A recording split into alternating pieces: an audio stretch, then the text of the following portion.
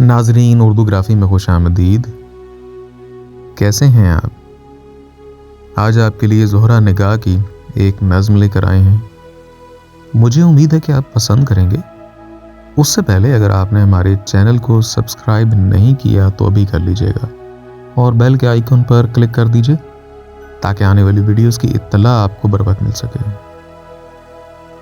सुना है जंगलों का भी कोई दस्तूर होता है।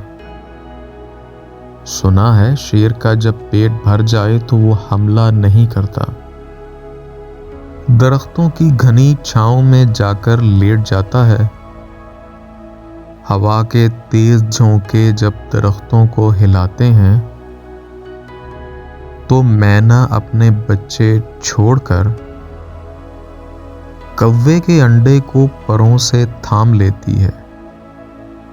सुना है घोंसले से कोई बच्चा गिर पड़े तो सारा जंगल जाग जाता है। सुना है जब किसी नदी के पानी में बही के घोंसले का गंदुमी रंग लरसता है तो नदी की रो पहली मछलियां उसको पड़ोसन मान लेती हैं। कभी तूफान आ जाए, कोई पुल टूट जाए तो किसी लकड़ी के तख्ते पर गुलहरी, सांप, बकरी और चीता साथ होते हैं। सुना है जंगलों का भी कोई दस्तूर होता है।